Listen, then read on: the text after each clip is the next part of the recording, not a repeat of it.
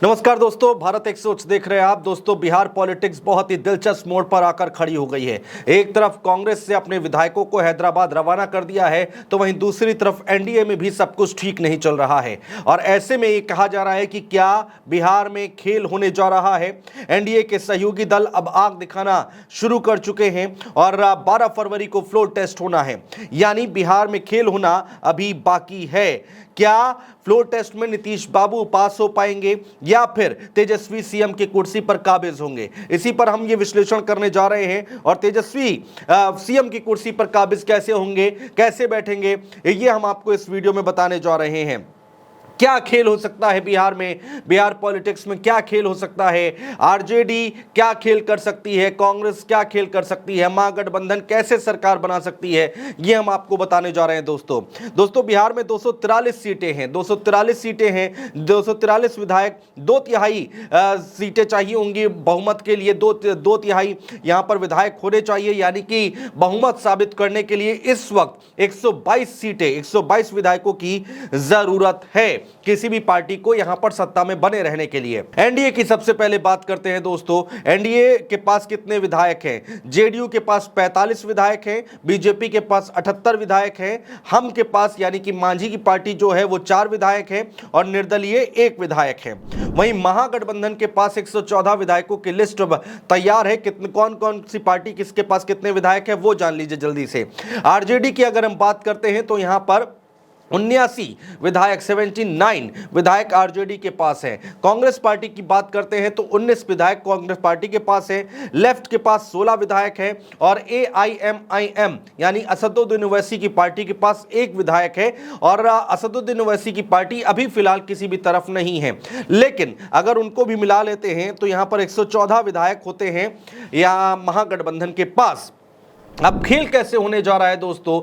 114 विधायक मात्र हैं आरजेडी के पास, कांग्रेस के पास, लेफ्ट के पास, यानी कि महागठबंधन के पास 114 विधायक हैं। और अभी वो यहां पर अगर देखा जाए तो 8 सीटों का आंकड़ा दूर है यहां पर सत्ता में आने के लिए, यहां पर बहुमत साबित करने के लिए, जो कि फ्लोर टेस्ट 12 फरवरी को जब होगा तो यहां पर आरजेडी को अपना ये बहुमत साबित करना पड़ेगा। और वो कैसे साबित करेगी वो हम आपको बताने जा रहे हैं। दरअसल जीतन राम मांझी जिनके पास 4 विधायक हैं और इस वक्त बिहार की राजनीति में सबसे महत्वपूर्ण व्यक्ति बनकर वो उभरे हैं। जीतन राम मांझी की बात करते हैं तो जीतन राम मांझी चाहते हैं कि उन 4 विधायकों में से 2 विधायकों को मंत्री पद दिया जाए, कैबिनेट में शामिल किया जाए। जीतन राम मांझी का कहना है कि उनकी पार्टी को सरकार में 2 मंत्री पद दिए जाने का वादा किया गया था, उसे पूरा किया जाए। अभी सिर्फ मांझी के बेटे संतोष सुमन को ही मंत्री बनाया गया है। वहीं दोस्तों दूसरा नाम आता है चिराग पासवान। चिराग पासवान की अगर हम बात करते हैं तो उन्होंने भी मांझी की जो मांगे हैं उनको जायज ठहरा दिया है। यानी कि एक तरफ मांझी की प्रेशर पॉलिटिक्स सामने आ रही है तो दूसरी ओर चिराग पासवान का तड़का भी नीतीश कुमार और एनडीए को परेशानी में डालता हुआ दिखाई दे रहा है। मांझी कह रहे हैं कि सब 2 विधायकों को हमारे मंत्री बनाइए, लेकिन अभी तक उनके बेटे को ही मंत्री बनाया गया है, दूसरा मंत्री पद नहीं दिया गया है। वहीं चिराग पासवान जो है वो कह रहे हैं कि भाई मांझी की बातें जायज हैं। यहां पर चिराग पासवान भी मांझी से के सुर में सुर मिलाते हुए दिखाई दे रहे हैं। अब दोस्तों अगर मान लीजिए कि मांझी नाराज होकर, एनडीए से नाराज होकर जेडीयू से गठबंधन तोड़ देते हैं, मांझी अगर आरजेडी के साथ चले आते हैं और एनडीए का साथ छोड़ देते हैं तो आरजेडी की कुल विधायकों की संख्या 119 हो जाती है। यानी कि यहां पर अगर हम देखें तो 114 और 114 यहां पर विधायक हो गए महागठबंधन के, एक मिला लिया एआईएमआईएम का तो 115 और 4 विधायक अगर हम मिला लेते हैं हम पार्टी के यानी कि मांझी की पार्टी के, तो ऐसे में उनकी संख्या जो है वो 119 हो जाती है दोस्तों। अब यहां पर देखने वाली बात यह है कि मांझी करते क्या हैं, क्योंकि मांझी को बनाने की कोशिशें लगातार की जा रही है। बीच में खबरें यह भी निकल कर आई थी कि कांग्रेस पार्टी का शीर्ष नेतृत्व जो है वो जीतन राम मांझी के संपर्क में है और उनको कई सारे ऑफर भी किए गए हैं कैबिनेट में और पूरे मंत्रिमंडल में। तो अगर मांझी मान लेते हैं और आ जाते हैं तो 119 हो जाती हैं और आरजेडी के पास 3 विधायकों की कमी अभी भी रहेगी।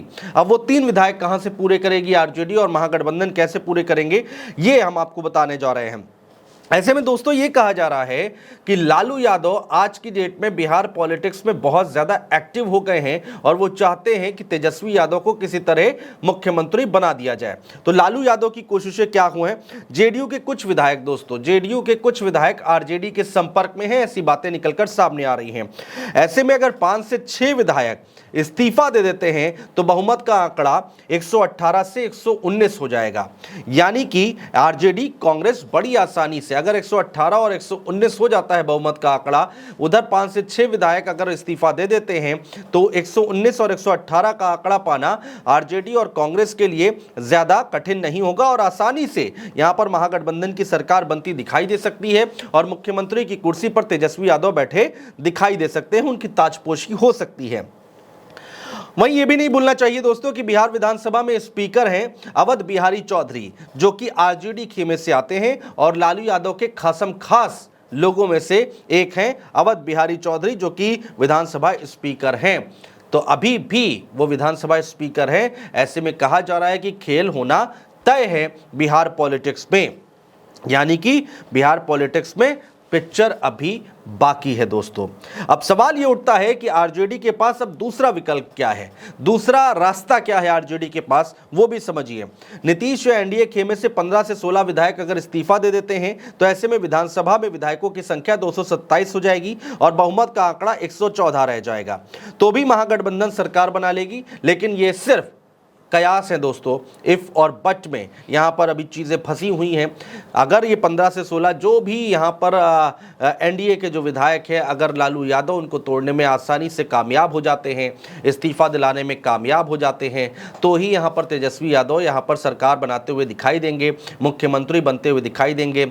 लेकिन जिस तरह से मांझी ने रुख अपना रखा है, तेजस्वी यादव जब जैसे ही सरकार गिरी तो उसके बाद नीतीश कुमार ने जब सीएम पद की शपथ ली, उसके बाद तेजस्वी यादव मीडिया के सामने आए और कैमरे पर उन्होंने बोला कि खेल तो अभी शुरू ही हुआ है। एक भविष्यवाणी की थी उन्होंने, जो कयास लगाए थे कि आगे आने वाले वक्त में खेल और दिलचस्प होगा, खेल तो अभी शुरू हुआ है। क्या वो भविष्यवाणी यहां पर सही साबित होने जा रही है? 12 फरवरी को एक बड़ा खेल होने जा रहा है क्या विधानसभा के अंदर? यह बड़ा सवाल है। एक तरफ विधायकों को मंत्री पद और टिकटों का लालच दिया जा रहा है, तो दूसरी तरफ लालू यादव विधायकों के संपर्क में है। तो रस्साकशी जो है वो दोनों तरफ से चल रही है, चाहे वो एनडीए की बात करें, नीतीश बाबू की बात करें, या फिर भारतीय जनता पार्टी की बात करें, या फिर दूसरी तरफ महागठबंधन की बात करें, लालू यादव की बात करें, कांग्रेस की बात करें, लेफ्ट की बात करें। तो लालू यादव बहुत ज्यादा एक्टिव है दोस्तों। लालू यादव हर वो दांव अपना रहे हैं जिससे महागठबंधन की सरकार बिहार में बन सके और तेजस्वी यादव सीएम की कुर्सी पर काबिज हो सके। तो ये कहा जा सकता है कि अभी बिहार पॉलिटिक्स में पिक्चर बाकी है, बहुत कुछ होना बाकी है। तेजस्वी यादव जिन्होंने ये कहा था कि खेल होना अभी बाकी है, खेल तो अभी शुरू हुआ है, तो क्या वाकई खेल अभी शुरू हुआ है? बहुत शुक्रिया दोस्तों।